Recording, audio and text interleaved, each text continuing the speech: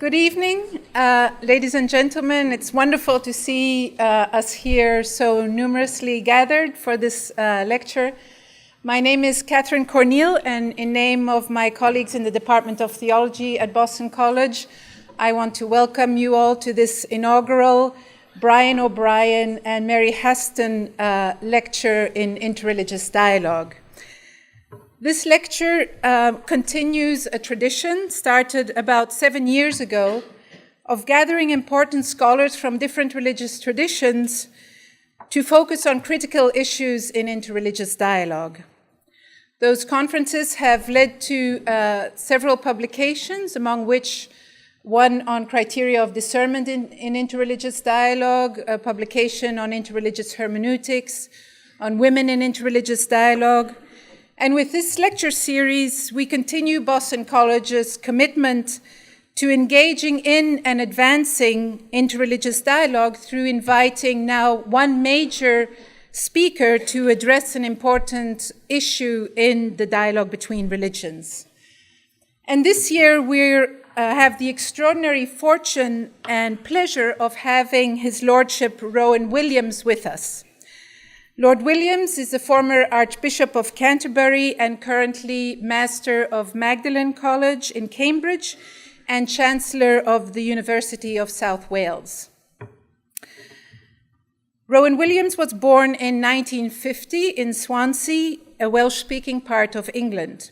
He studied theology in Cambridge and obtained his doctoral degree in Oxford with a thesis on the thought of the Orthodox theologian Vladimir Lossky. From 1986 to 1992, he was the Lady Margaret Professor of Divinity at Oxford University. In 1992, he became Bishop of Monmouth, and in 1999, Archbishop of Wales.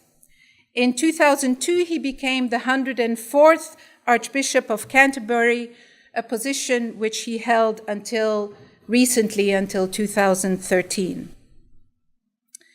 During his years as head of the Church of England, Dr. Williams was deeply involved in questions of interreligious dialogue. He has spoken and written widely on the topic of religious tolerance and on the role of religions in civic society. He was instrumental in the development of the Building Bridges seminar, which gathers Muslim and Christian theologians to focus on topics of common interest and to meet each other and learn from each other. This seminar, which started in 2002 and which was chaired for many years by the Archbishop, is considered the foremost expression of Muslim-Christian dialogue in the world today. What is notable about Dr. Williams's writing on the topic of dialogue is his deep respect for the religious other and his love of difference. Dialogue for him is not about discovering similarities or a common core.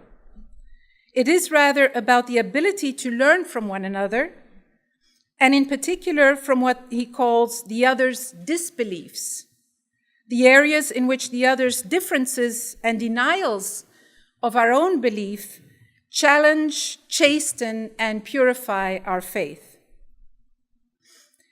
To engage with difference is for Rowan Williams not merely a necessity of our times, but part and parcel of the Christian message.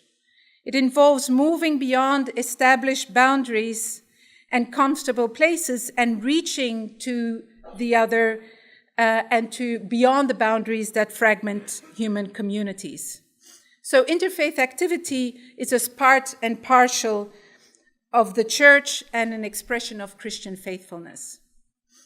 In the public sphere, Rowan Williams has been a strong advocate for the rights of religious communities, not only to practice their faith, but also to contribute to the common good.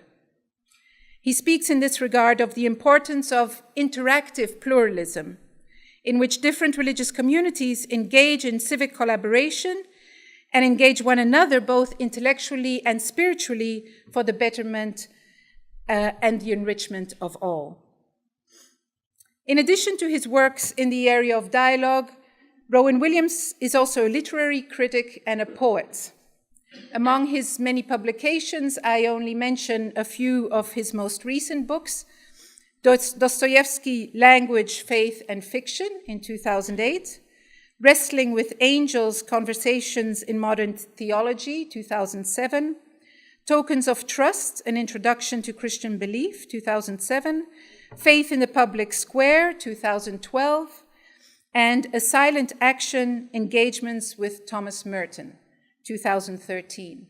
And just recently, there has been a new edition of his collected poems that came out just a couple of weeks ago. So Rowan Williams is one of the most deeply and genuinely ecumenical theologians of our time. The topic of this evening's lecture is revelation in the context of interfaith dialogue.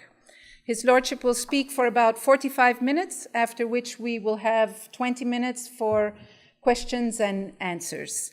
So please join me in welcoming Rowan Williams to the floor.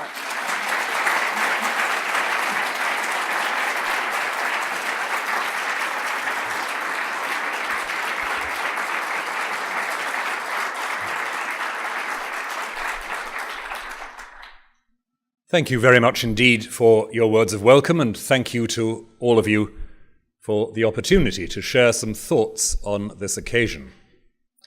I must apologize for having to be away so promptly after the lecture, but double booking happens to the best of us, and I have to be at an alumni event in Boston this evening, so bear with me.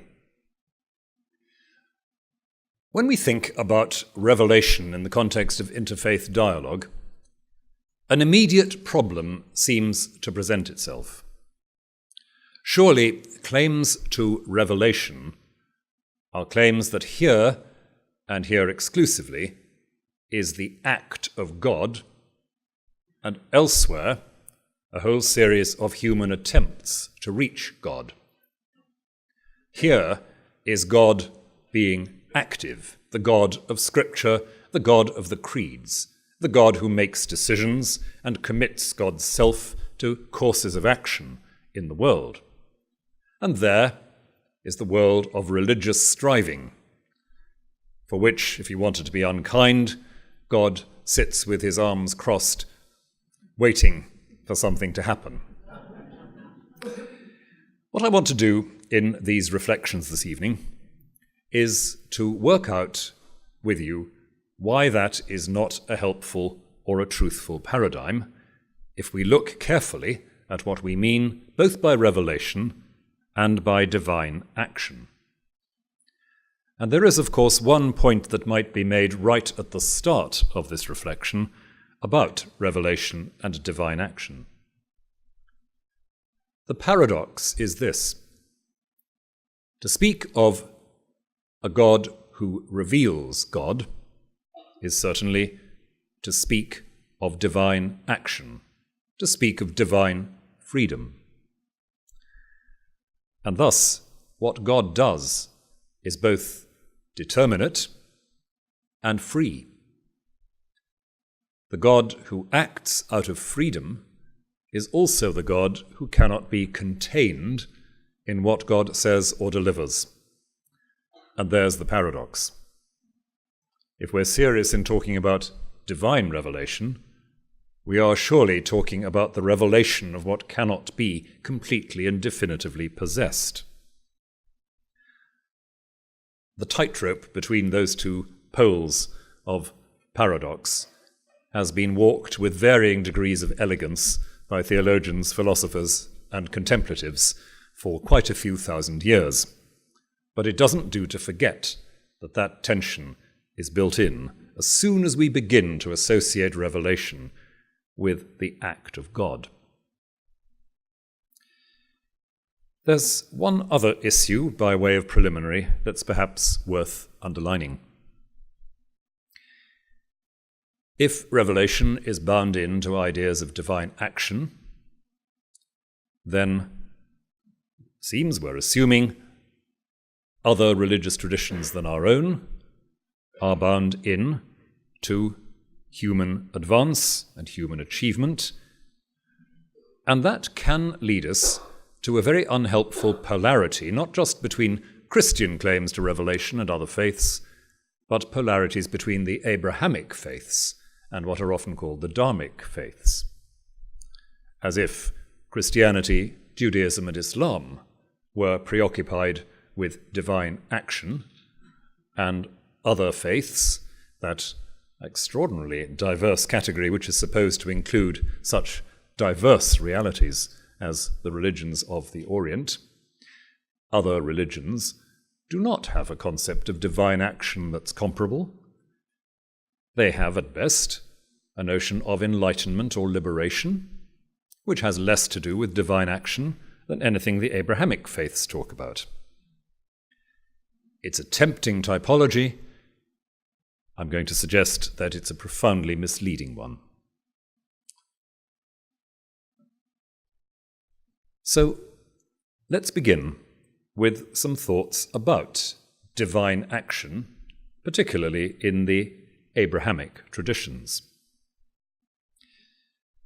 All three of the so-called Abrahamic traditions have a great deal in their vocabulary and their register challenging what you might call a mythologized picture of how God acts.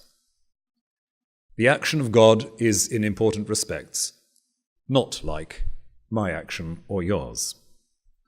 It does not come out of deliberation between a variety of alternatives. It does not have a gap between conception or purpose and fulfillment. It does not have to negotiate with circumstances so that it can be defeated by circumstances. So whatever we say about divine action, we have to be very cautious about the mythology that can surround it, and that does unself-consciously surround it in a great deal of the language we use. This does not make that language false, but it means that we approach it with our critical antennae twitching. Those critical antennae have been sharpened and stimulated by theologians and philosophers in the Abrahamic traditions for a very long time. If we attend to that critical twitching, we may discover that 3 points emerge about divine action in the Abrahamic traditions, which give us a great deal to think about in connection with how we speak of revelation. The first principle about divine action, shared very deeply by Christians, Jews, and Muslims, is that divine act is the eternal enactment of divine being. Divine act is the eternal enactment of divine being. That's to say, divine action is not episodic or arbitrary. Divine action expresses what it is to be God, enacts what it is to be God. In Thomist terms, God's essence, the definition of what it is to be God, is to act in a godly fashion. The second point, which is implied in that, is that divine action is never reactive. It's never simply something which is triggered into being or operation by some other action. We can say, if we like, that means it's free, but that doesn't mean, as already indicated, that it is arbitrary. An eternal enactment of the divine being, therefore never reactive, therefore free. And if an eternal enactment, if never reactive, then thirdly, an act which is always self-consistent. To use the obvious but rather crude image, if the divine action were a great tree growing up through the universe, the rings would be the same wherever you cut them.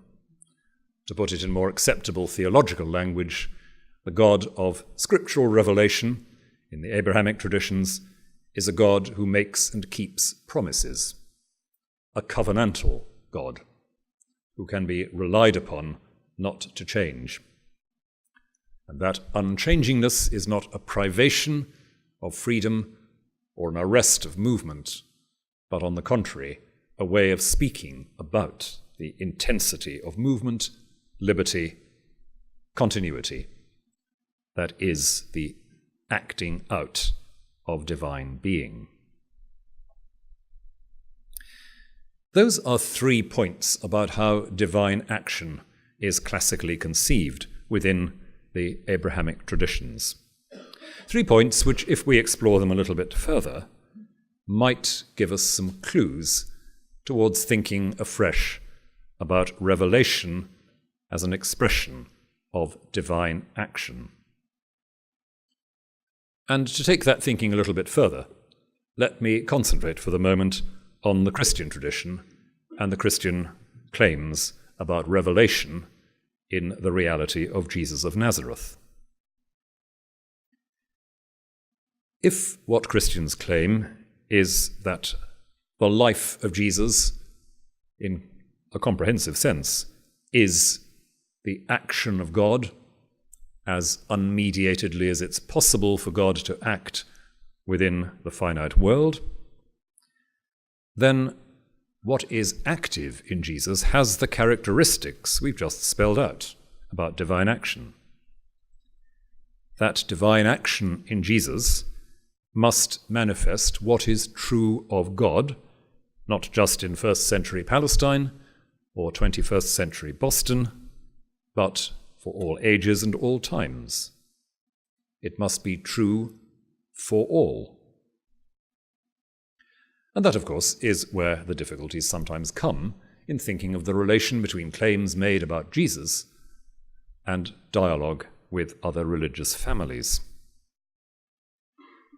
But we should pause before we assume that the difficulty is quite as knotty as we're inclined to suspect. We should pause and ask, what exactly is it we think is being revealed about God in the life of Jesus? And so here are 2 thoughts about that. I don't have 3 thoughts about everything, I hasten to add. Just 2 thoughts about that. The first is that the God revealed in action in Jesus is a God who does not hold back the divine love in its radical fullness, and a God who does not wait on human achievement before bestowing grace. That seems very clear in the Gospel. If we speak of the God of Jesus Christ, that is a God whose action is not conditioned by or conditional upon our good behavior, our achievement, or even, dare I say, our orthodoxy. The act of this God does not wait upon our successful performance of this or that intellectual, moral, or spiritual duty. And the act of that God is one which is unreservedly bestowed prior to, independently of, whatever we may achieve, conceive, or master. And the second point about the God revealed in the life of Jesus, in the most comprehensive sense of that term, is that this is an action which is encountered in and through relations of self-dispossession. This is a God who is met when the ego is set aside. This is a God who, if we have to speak mythologically, sets aside the divine ego, or the divine selfhood in isolation, in order to be God with us. So, with those basic grammatical points about the act of God, the 3 points about God as active in the Abrahamic traditions, and the 2 rather specific points about the act of God within and through the life of Jesus, we are beginning, I think, to have some notion of what a refreshed and slightly adjusted picture of revelation and divine action might entail. What is made known to us in Jesus is the God who is never reactive, specifically never reactive to our piety, our piling up of obligations laid upon God, but a God whose eternal enactment of the divine being is shown in that radical reaching out to those who have not satisfied divine requirements, but are yet in need of divine absolution and restoration. And so, a God who is active in and encountered in those moments or contexts where the self-protection of the ego is definitively laid aside. A God who appears to us in the selflessness, more specifically the helplessness, even the apparent hopelessness of the event of Calvary. The God revealed in an action which, as we read in Philippians, an action of not clinging. The God whose act is made specific and concrete in the world by a self-giving and a letting go, and a God with whom we therefore align ourselves by our own struggles to get rid of self-protection, of fear and self-serving. Now, to speak in these terms is to say something like this: that the emergence of new meaning in and around the person of Jesus, the life and death and resurrection of Jesus, the emergence of new meaning here is the emergence of a clearer sense of how the divine enacting of the divine being comes through to us. What is revealed is not a set of pieces of information about God. It is something rather more like,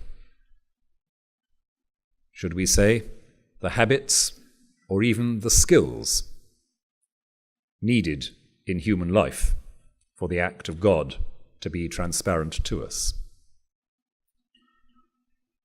The new meanings that emerge have less to do with propositions sent from heaven. That's fairly commonly accepted. More to do with that somewhat elusive, rather hard to pin down sense that this is how we live if this is what we want to see. This is how we live if this is what we want to know more fully. Or to put it in rather plain terms, what's revealed is how to be a disciple.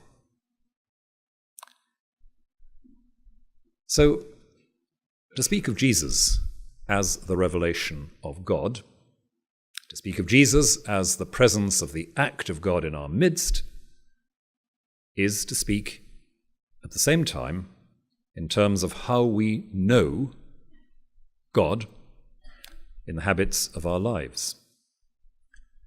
We associate with the life and death and resurrection of Jesus a moment in which we've discovered how to live our human life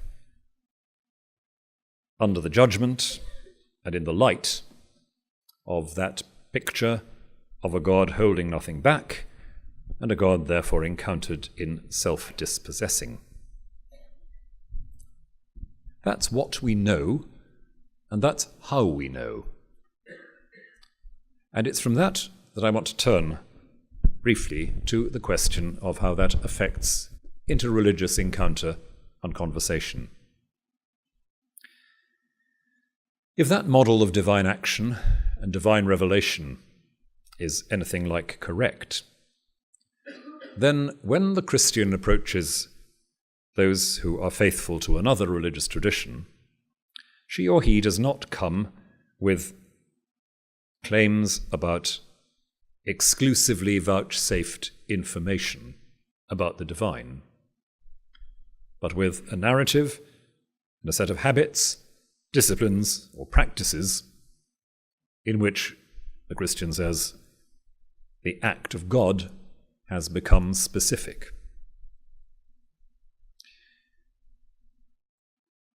And that means that the Christian will look at those of other religious families with an eye to where radical grace or radical selflessness or covenantal dependability comes to light. The Christian, believing that this is where divine action has come alive, will be listening in the voice and looking in the life of the other for those elements which are in some sense significantly recognizable, not in terms of converging formulae or doctrines, but in terms of habits expressing an openness to causeless grace, habits expressing a dependence on and an orientation to a faithful or a promise-keeping God, and perhaps above all, those habits which educate and sustain the emptying of the ego, the absence of the selfish self, and the presence or coming to birth of radical compassion. Dialogue begins in the moment when the Christian invites the partner in conversation to spell out how things like that, like the habits I've just described, arise from their own basic commitments, their own worlds of thought and imagery. The Christian does not, in dialogue, I think, seek to say, these are the important things about God revealed to us in Jesus. We're looking for signs of them among you, and when we've found those signs, we would like you to sign up.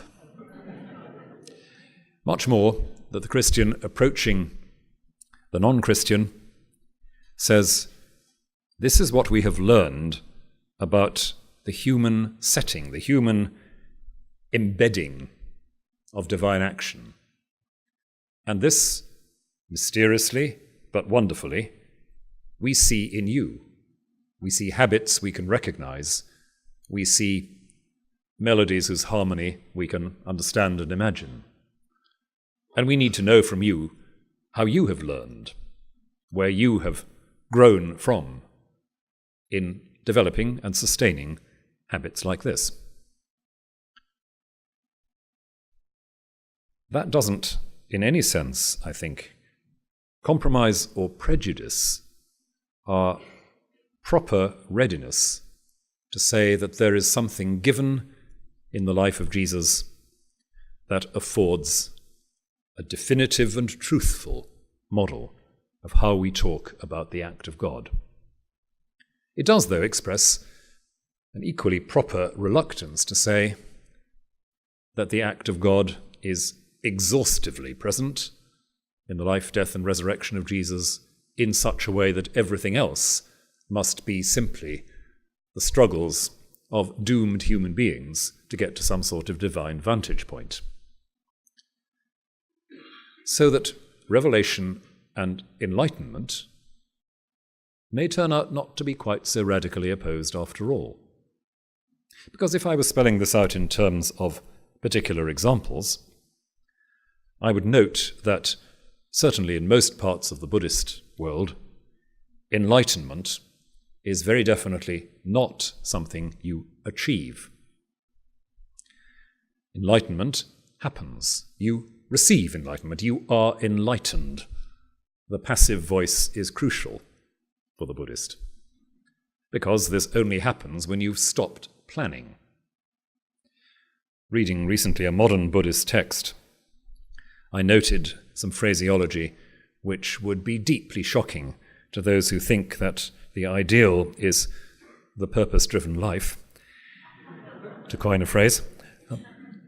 The Buddhist teacher in question simply says, planning is what makes enlightenment impossible.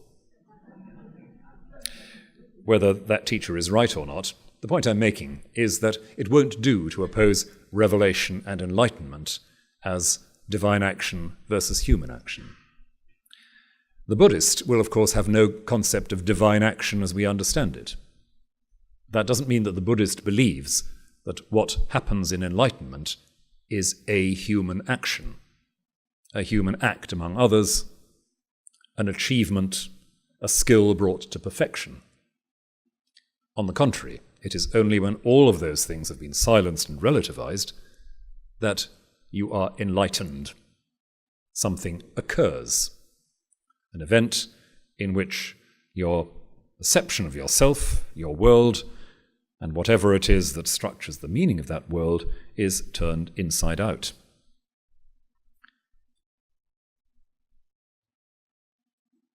Our engagement with other faith families cannot, therefore, I believe, be a zero-sum game. It cannot be the case that to identify divine action in one place means definitively ruling it out in others. And that is, of course, partly because, as I noted at the very beginning of these remarks, the very idea of a God acting in freedom is the idea of a God whose deliverances are not to be possessed, and a God who, if seen acting in this way here, may be expected to be acting in this way elsewhere, and indeed universally. So that to believe that God has revealed God's self in Jesus is to believe that the events and the relationships that the events around Jesus generate have a transforming significance in potential for all language about God, wherever it's uttered, and all behavior oriented towards God or to the holy, and to believe that the meanings generated here, the emergence of meaning that happens around the person of Jesus, is not going to be exhausted or superseded or relativized in the encounter with other faiths. The second point is, I believe, quite significant. Once again, we have to put out of the front of our minds a number of facile misreadings and false alternatives. I said earlier that it won't quite do to say that belief in revelation in Jesus means God is not active elsewhere. Equally, to challenge some forms of Christian exclusivism does not mean that it becomes impossible to say that all human meanings converge, in some sense, on the figure of Jesus. If God is active in Jesus, in the way we believe God is, then, of course, what is going on in Jesus will not be exhausted, superseded, or relativized. Whatever encounters we engage in, wherever we go, whoever we talk to, whoever we listen to. And that's the sense in which I believe it's very important to say that open religious dialogue is a mark not of weakness of faith, but of confidence. The Christian engages in interreligious dialogue, not because the Christian is uncertain or agnostic about how significant Jesus is and in what mode, but because the Christian is confident that what there is in Jesus will not be exhausted. You will not come to the end of the meanings of Jesus in the most demanding of interreligious contexts. Do we believe that as we embark on interreligious dialogue? I believe that is where we should start, and that is what should deliver us from a neurotic anxiety that hearing what someone else has to say about God and about the holy is somehow going to make us think less of the Jesus in whose spirit we begin and undertake our work. And I dare say the same point could be made in relation to a Muslim or a Buddhist undertaking interreligious dialogue. The ones who do it, to put it bluntly, are the confident ones, and the ones who withdraw from it are the ones who may at some level be not quite sure what they believe. The Muslim embarking on a dialogue with the Christian does so out of confidence that what the Quran declares about God is not going to be exhausted, superseded, or relativized. The Buddhist engaging in that is going to say what is known and apprehended about the practice that makes enlightenment possible is not going to be relativized by the encounter. So, to speak in these terms of divine action, divine revelation, the knowledge of God, is something which requires from us not only a capacity to listen patiently, but to listen, I would say, expectantly. And to paraphrase things I've said at more length elsewhere, I would say that one of the words we need to introduce most regularly and clearly and unashamedly in talking about interfaith dialogue is expectancy. A very odd sort of expectancy. The expectancy of seeing and hearing in the other what I might never have imagined recognizing. The expectation of being surprised, which is, of course, a bit of a paradox in itself. But I do believe that interreligious dialogue, when it's doing its work, is characterized by something of that expectation of being surprised. That willingness to see in the lineaments of another language, another set of narratives, another face, to see what's familiar, but also in that moment to see, as it were, reflexively or recursively, to see something about myself that I had not known and needed to know. Which is one way of saying, of course, that the process of revelation is not simply what is delivered to me in the foundational story of my faith. It's something that continues to happen in the sense that I am revealed to myself in the dialogue that's undertaken, and in that process continue to know more of God. Now this, of course, leaves us in a position of entire confusion and agnosticism about where it's all going to lead. And I don't lose any sleep over that. It seems to me that one of the things revealed, very specifically in the words of Jesus, is something to do with not being anxious about tomorrow. And the person engaging in interreligious dialogue, who is anxious, afraid, uncertain about where it's going to end, is the least likely to grow and develop in the interreligious encounter. And that's a hard lesson to learn, because we would all like to know where this is going. So, do you not want everybody to be Christian? Somebody will ask. And when faced with a question like that, I would confess to total inarticulacy.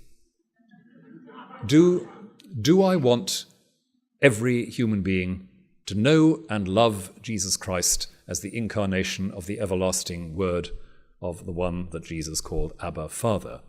Yes. Would I like everybody to become members of the church?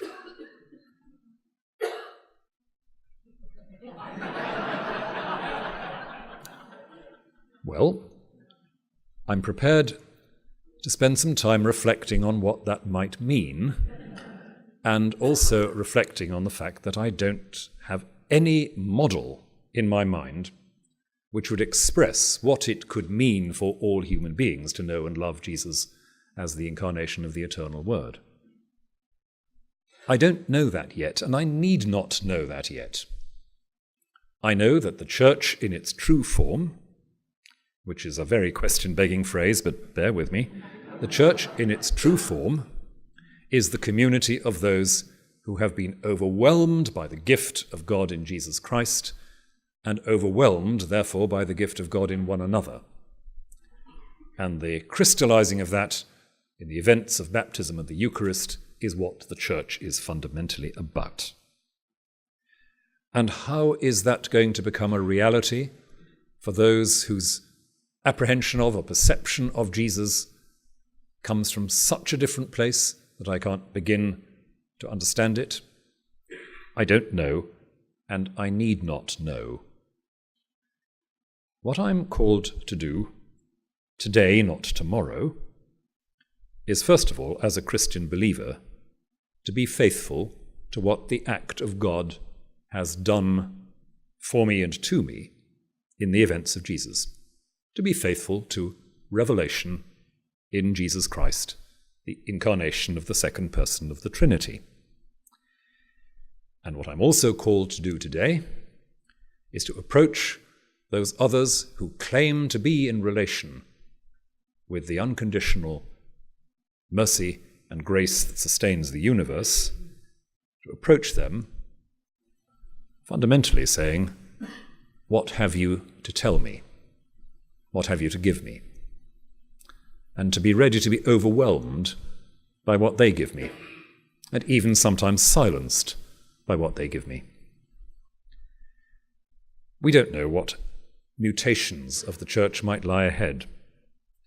But to borrow a phrase from Joseph O'Leary in his excellent work on religious pluralism, Christianity and religious pluralism, if we don't know what the mutations of the Church may be ahead of us, we do as Christians believe that the function of Christ is a constant, that what is perceived and apprehended as the act of God in Jesus Christ remains what it is what it is eternally. To say that lets us step back from any idea that we have mastered, contained, or possessed the revelation received, allows us to say something is happening in the encounter between the family of Christian faith and other families in which, from where we stand, Christ is made known afresh. So that the coming of Christ in flesh becomes not the end and the seal of a process of revelation, let alone a process of discovery, but becomes the opening, the generative moment for an infinite network of relationships whose ramifications we cannot and do not know and need not know.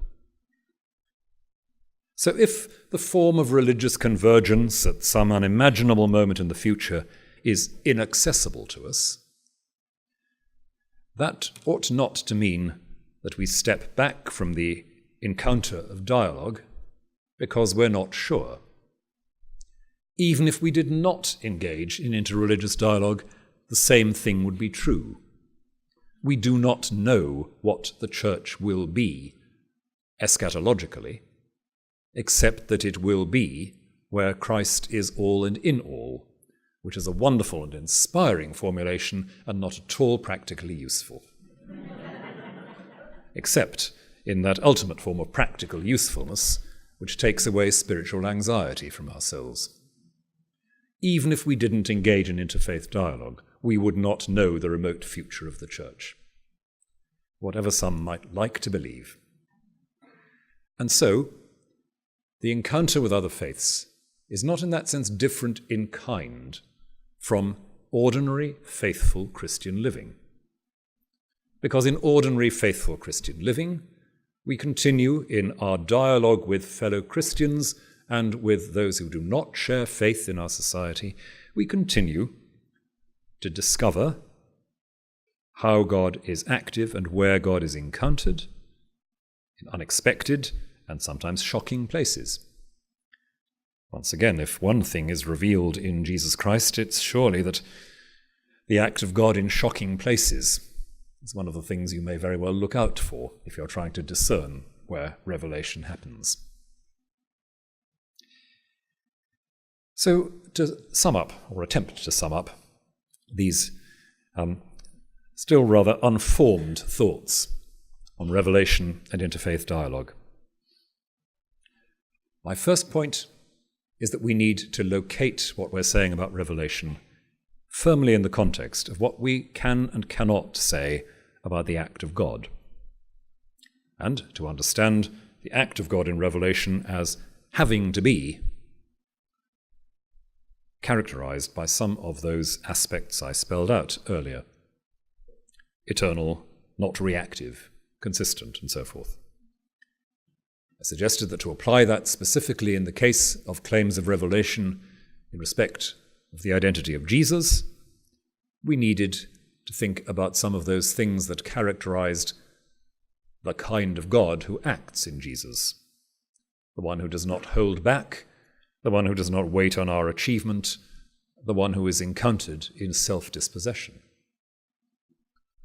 I suggested, thirdly, that means that when we encounter others who want to talk about their engagement with God or the holy, with what holds the universe spiritually in being, we are going to begin by looking for and listening for those things which echo those aspects of the God of Jesus Christ, and to approach other faiths with an eagerness to find out, as you might say, where they have learned that from, and to set that alongside how we have learned it. And that finally, that implies that the very act of interreligious dialogue is one of the most potent and unambiguous witnesses we can bear to a faith in the universal significance, indeed the uniqueness of Jesus Christ. A paradox, but not an impossible one. To go out into this bewildering and sometimes disorienting world of interfaith encounter with the stubborn and probably rather unformed conviction that wherever you go, something of Jesus Christ waits for you, is an act of witness. Not perhaps the act of witness some people would like to see, brandishing, as you might say, the memory of Jesus as a weapon to intimidate partners, but an expectant and humble desire to meet in others the God we have met in Jesus, and to meet in others the deep otherness in which they have learned that vision. In short, I believe that a conviction about and commitment to active divine revelation is not the opposite of a willingness to engage in dialogue, but in fact something which sustains a healthy and life-giving practice of encounter between faiths, that encounter in which we continually expect the unexpected, as is only appropriate for our dealings with the God who, whatever God says, cannot be contained in word or thought. Thank you.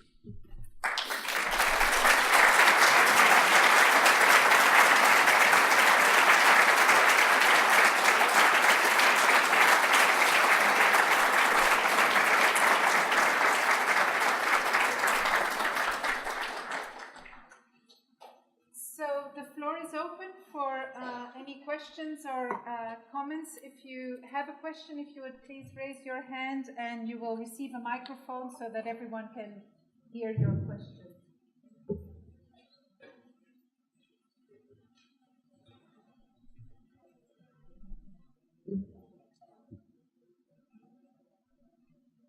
Hi, my name's Mike Alott. I teach in the philosophy department here at BC. Thank you very much for your talk.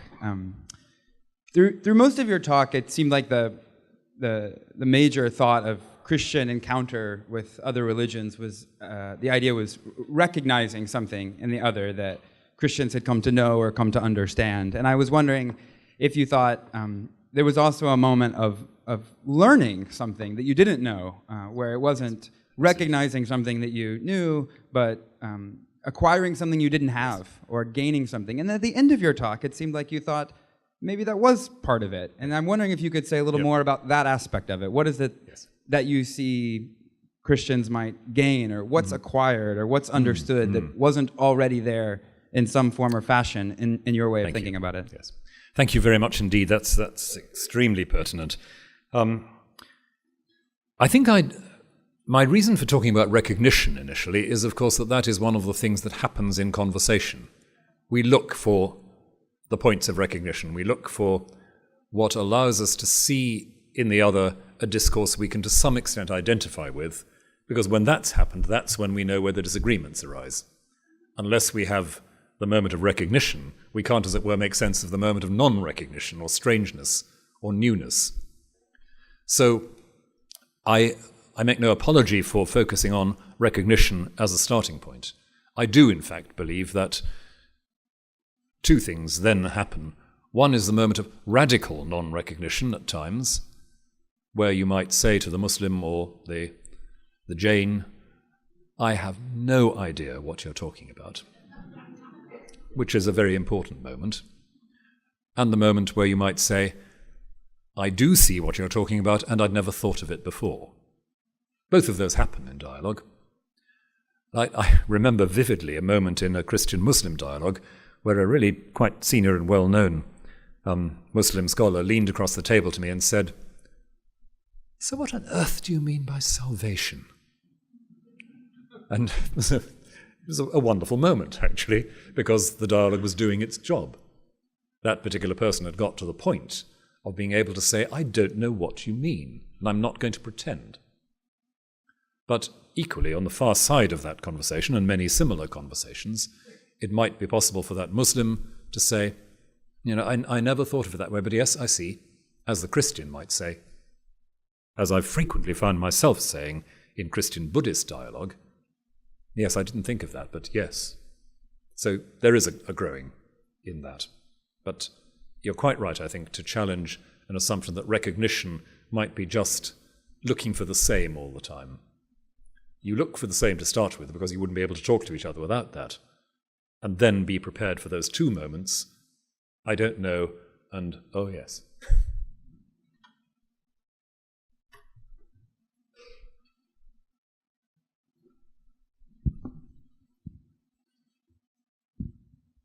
Thank you very much for a wonderful presentation. A comms committee member of mine recently told me I need to think out Revelation a little more clearly, so it was very gracious of you to come all this way to do some tutoring. My pleasure. So you spoke about Revelation in terms of habits or skills that are needed to make God's action more transparent. And I was hoping that you could elaborate in a little more detail your own experience or how you have witnessed these kinds of habits that have helped you to think about Revelation in these terms, as well as the relation of doctrine to these kind of habits. And you're asking about not just within the Christian family, but across the... Indeed. Yes. One very important relationship in my life has been with a small community of people who practice meditation together from both Buddhist and Christian backgrounds, whose coordinator is someone who rather unusually has been very extensively trained in both traditions. And I suppose what I've learned from that group and from its convener and teacher in particular could be expressed in two or three things, which, while they have often come through in Buddhist vocabulary, I recognize as echoing some of the things I discover in, let's say, the Eastern Orthodox Philokalia. First is that among those habits which in some sense allow what there is to become transparent is a particular kind of attention to your bodily being. So often this is a cliche, but probably worth saying, so often we assume that being religious is being awkward and suspicious about our bodies. We are beginning to learn that that's not necessarily the case, and to learn that our openness to what there is can't just be a matter of what goes on inside our heads. So, attention to our finitude, our materiality, our locatedness in a world, that's one thing. With that, of course, comes the attention that issues in silence.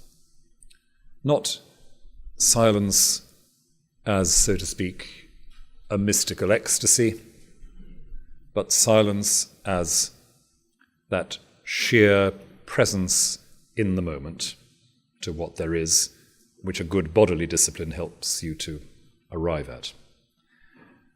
And out of that, of course, the possibility of attention to the there-ness of the other, the sheer there-ness and givenness of the other, the human other and the non-human other, which for the Buddhist is about the arising of compassion in the place of self-preoccupation, which for the Christian is about the recognition of and resonance with the infinitely varied logos of God speaking in every moment and every person.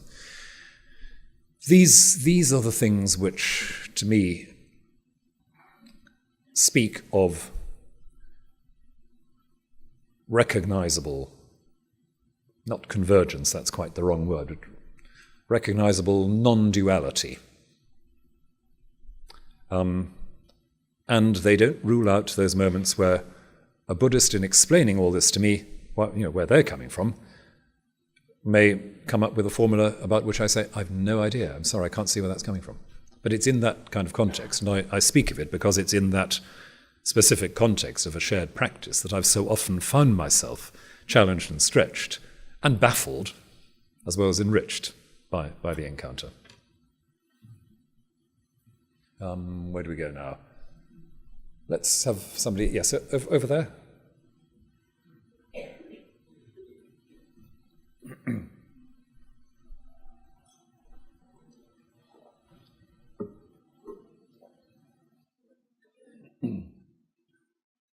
Thank you very much. And my question has to do in relation with acceptance. What role does acceptance play in this interfaith dialogue in terms of, for instance, acceptance of each other's understanding of divine revelation? So for us Christians, Jesus Christ is the Word made flesh, or the Word incarnate. Yep. But for the Muslim, he's just a mere prophet. Yep. How does acceptance of each other's understanding of revelation play a role in this conversation? Thank you. Yes, a difficult question, really, and a very practical one in the context of dialogue. There are moments in some Christian-Muslim dialogues I've been involved in where a Muslim will say, but why can't you accept the Quran as the definitive revelation of God? Because all that you want to say about Jesus is there. At which point I have to say, well, actually, no, it isn't, and we can't take a shortcut there. And the reason I can't say that the Quran is the definitive word of God is precisely that it sees a history of revelation after Jesus, which I can't make sense of. But let's see how we've learned this. Let's see how these claims work and what kinds of habit they produce, and the conversation can go on and the enrichment can go on. But for the foreseeable future, the Muslim and I are going to disagree about this. There's no two ways about it. And part of the joy and the challenge of a good dialogue is the capacity to say those things clearly and unambiguously, while retaining the openness, the eagerness that I talked about, to say, well, the way in which you have received what there is of God in the Quran clearly has a transformative effect which speaks to me, which enriches me. I hope the same works the other way around. And I'm always very fascinated by those Muslims, mostly not from mainstream Sunni tradition, who will say at times, there is something about what we want to say about Jesus which is not quite catered for by the plain words of the Quran, although we don't want to be Christians, but we want to explore exactly some of those unexpected depths in the narrative of Jesus which open up for us here. So I think acceptance is an interesting word here, because it certainly doesn't mean a readiness to say, oh, well, yeah, that's fine. That's just what I mean. Let's not bother.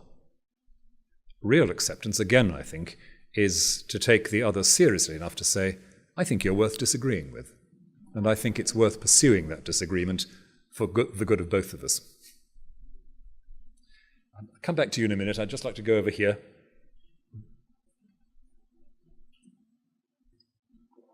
Thank you again. I wonder if the Holy Spirit could be added to your talk. I was thinking during your talk of Thomas Aquinas speaking of the whole Christ as the totality of humanity. If the Holy Spirit in the Johannine picture is one who's receiving all and listening to all, then what you're saying in a sense is the Holy Spirit could empower us or inspire us to listen to the whole Christ in all these different manifestations that we have no idea what they have to do directly with Christ, but that's the idea that's there, that they do. That's meant by the universal. So I wondered if that was relevant. Thank you so much. That's wonderful. Yes, indeed. And I do hope the Holy Spirit might be added to my talk. God willing. I was deliberately holding back a bit on what you might call the systematic theology, heavy artillery in the talk. But I would certainly want to say in that connection two things. One is what I think is a good Thomist and indeed patristic principle, that to say the Word of God is present in Jesus of Nazareth does not mean to identify the Word of God with Jesus of Nazareth for all eternity. There is that of the Word which is not simply expressed in the incarnate life. The Calvinist principle, the extra Calvinisticum, that there is the inexhaustible Word, if you like. And if we talk about that inexhaustible Word, and we talk about the Holy Spirit as the witness to the inexhaustible Word, then I think we can see that the Spirit is both the witness to the incarnate Christ, the power that makes the Christian say Jesus is Lord and call God Abba Father, and in some sense the Spirit is witness to the inexhaustible Word, enlightening our eyes and our hearts to see with truthfulness and receptivity, if you like, the forms of holiness in other religious families. I promise to go back on that side. Yep, if you'd like to stand up.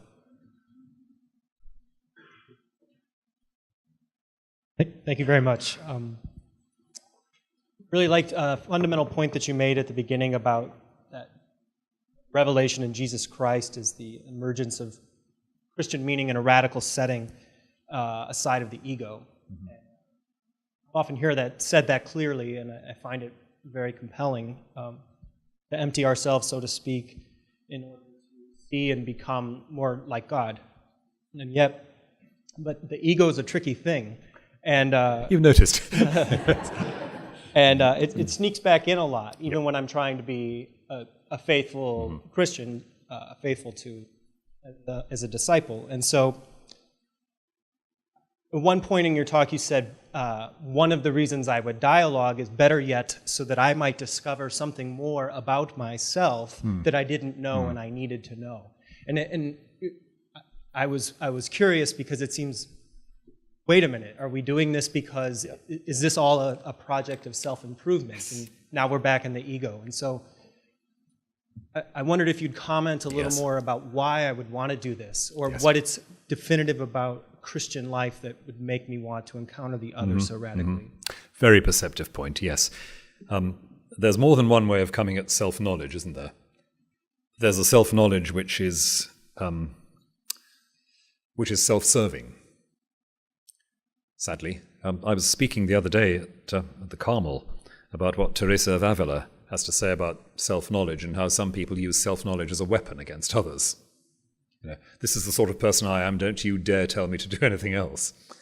And there's a self-knowledge which is St. Bernard, St. Teresa, lots of other people, a self-knowledge of humility. This is the kind of being I am. Not the being I would like to be, not a being I'm in control of, whose motivations and perceptions from others I can control. This is what I am. And that, in the right sense, detached sense of who I am and what I am, looking at myself with with clarity and calm in the light of the transcendent.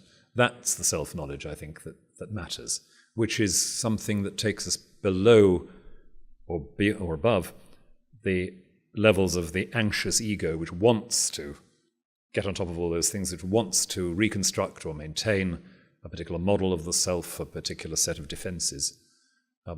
I think there is a kind of self-knowledge which is about letting go of some of those defenses and letting something grow in that space. But it's a very good point, I think, and one can, sadly, easily, as you imply, turn the quest for self-knowledge into something that is by definition spiritual and wonderful and edifying, whereas sometimes it is just navel-gazing. Face it. Now then, who's next? Somebody here, and then, yep.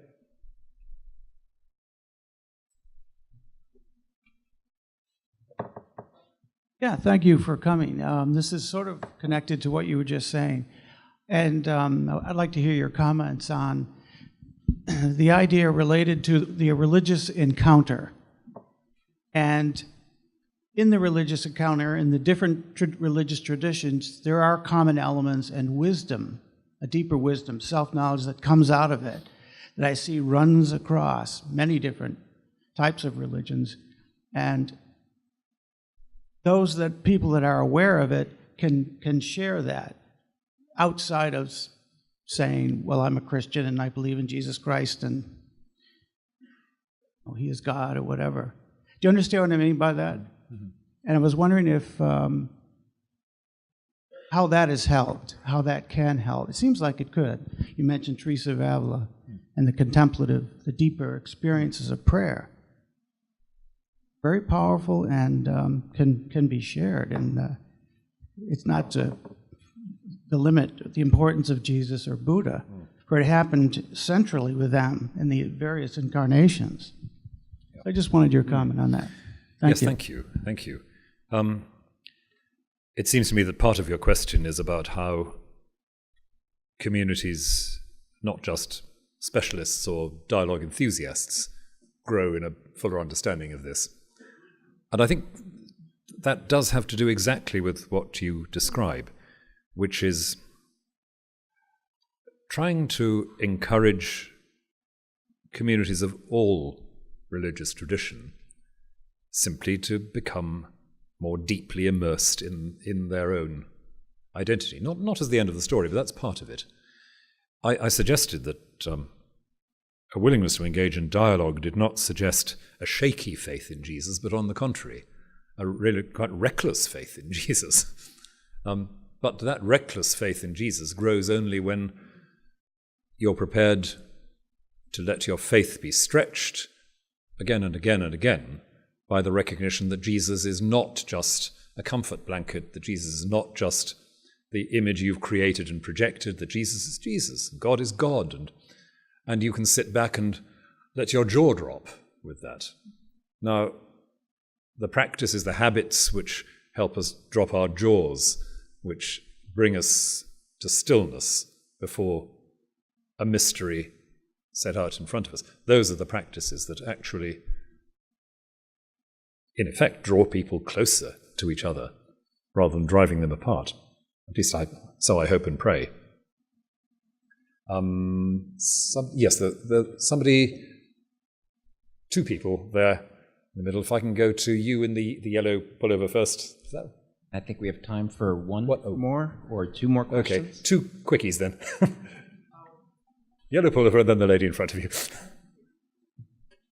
It seems to me that in Christian history we have many examples, good and bad, of evangelism, which would be similar in some ways to dialogue, especially to dialogue as you've sketched it, but not identical to it. So my question, at the risk of asking two questions in one, would be, can you You've done this before. comment? Yeah, sorry for being that guy. Can you comment on the relationship between dialogue and evangelism and examples that we've seen of both in Christian history, especially if the dialogue you're asking or talking about, if we do see examples of that, then what are they? And if we don't, then how is that in some way a challenge? Yeah. Thank you. I think you're right. There are examples of evangelism which take for granted something like what I've been talking about. In other words, the effort to step back and say, can I even begin to think how a culture like this might talk about Jesus or listen to Jesus? Can I even begin to think how a culture like this would talk about Jesus or listen to Jesus? The Jesuits in China, but also Vincent Donovan and the Maasai, those examples of mission practice, which are not about coming with a ready-made cultural system as well as a theology, but will ask that question, how might this come alive here? And I'm not in the least disparaging evangelism. I just think that when we talk about that, we need to be very, very clear about what it is and it isn't. It's sharing the good news. It's not a form of ideological bullying, and it's not a form of recruitment. Vincent Donovan, in his Christianity Rediscovered, makes great play of the fact that he tells the story and he sees what people make of it. And if they don't make anything of it, well, it's not the moment. You step back. You don't go away saying, oh, you leave them to see what happens. Lots more I could say, but that's just a quick thought to give time to the last questioner, just in front of you. Thank you. I had a question about morality, moral theology, and how you see that playing into this dialogue. It seems to me that this can be a real area of tension, certainly among Islam and Western faiths. In your experience, do you see that as a stumbling block? Do you see it as something that can be incorporated into the conversation? Oh, that's an immensely interesting one. Part of the dialogue that I have been involved in, the Building Bridges sequence of meetings, has in fact come back to issues of, for example, social ethics, the status of women, and so on, to open up in that context, just these questions. So I don't think it's impossible. And I think it's certainly an area where we've got to have the most acute discernment of what's cultural and what's theological, and an acute awareness of internal debates in other religious families. So, to take the obvious example, debates about the status of women in Islam are immensely lively within Islam and as ferocious as anything between Muslims and other people, sometimes more. And the importance of the dialogue environment here is, I suppose, that, well, it's really back to this question of seeing yourself afresh. A lot of Muslims I know, especially younger professional Muslims, say it's the context of interfaith work and challenge that makes us see we have got to do some real digging in our own tradition to understand why what we say appears so objectionable or difficult, or why it sometimes is objectionable. We've got some critical work to do. And a good dialogue, again, sets up self-critical energy within communities. So I don't think there are off-limit areas. Again, we may not end up agreeing, but we can allow that self-critical work to be taken forward constructively in an environment of trust. And I'm not suggesting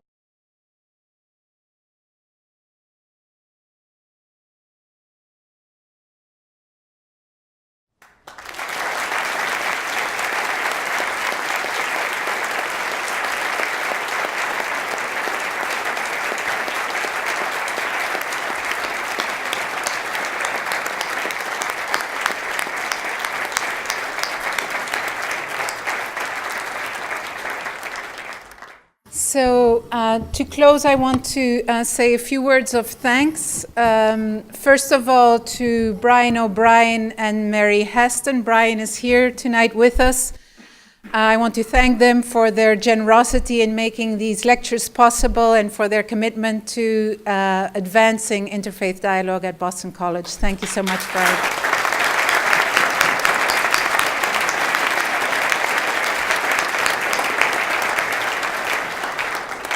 Secondly, I also want to thank the Church in the 21st Century and the School of Theology and Ministry for co-sponsoring this event. The Dean Mark Massa is here also present. They helped enormously in advertising this event and helping with logistics, so thank you to them. Thank you all for coming this evening, and most of all, thank you, Rowan Williams, for this very lucid and profound set of comments that will keep us talking, I'm sure, for a long time. So thank you very much.